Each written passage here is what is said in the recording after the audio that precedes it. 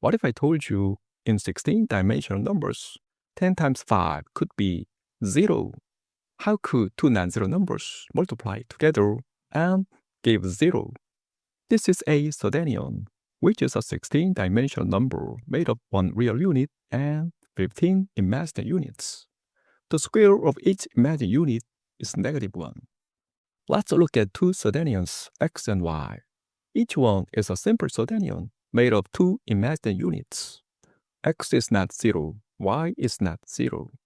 Now, how large are x and y? Let's square them.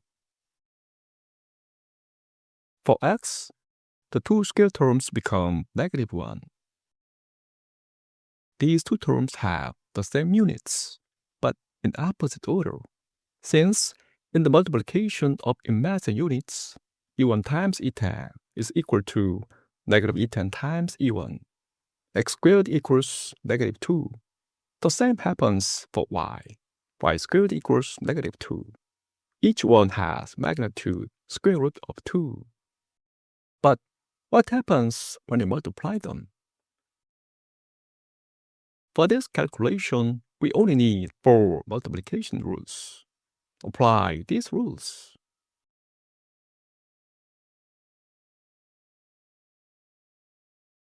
Even though x and y are not zeros, their product is 0. Wow! Not always, but they can. In the sedenions, two non-zero numbers can multiply to 0. It is as if two non-zero lengths are multiplied together, yet the area becomes 0. Numbers like these are called zero divisors. They are non-zero numbers that can be multiplied by other non-zero numbers and produce 0. So why does this happen? In the sedenions, multiplication no longer behaves the way we expect. In ordinary number systems, when two numbers multiply, the sizes multiply too.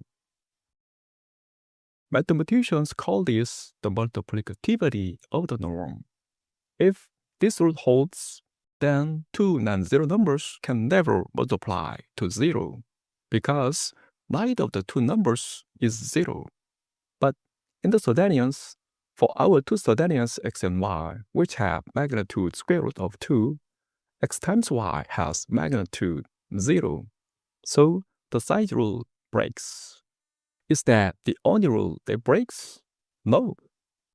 In ordinary numbers, we can change x times xy into xx times y without any problem. Even in the octonions where full associativity breaks, this special case still works. That is because the same number appears twice. But in the sedenions, even this special case can fail. Remember xy equals 0. Now multiply both sides by x.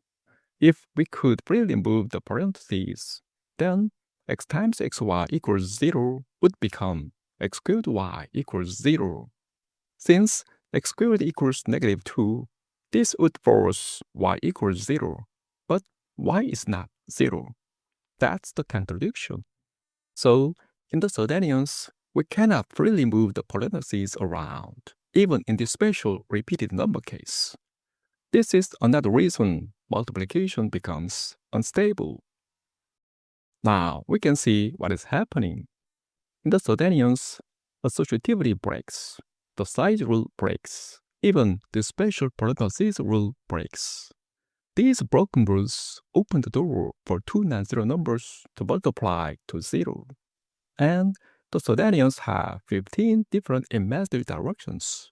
So the terms can cancel in very strange ways. One term turns into e5, while another turns into -e5. One term turns into e14, while another turns into -e14. So everything cancels perfectly. Two non-zero numbers go in, 0 comes out.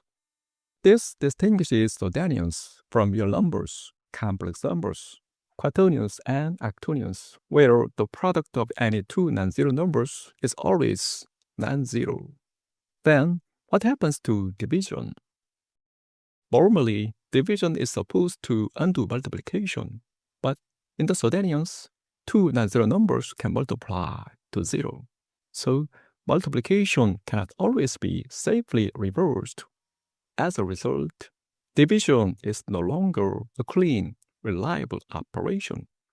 In mathematics, a number system where every non-zero element can be divided is called a division algebra. The sedenions do not satisfy the property, so they are not a division algebra.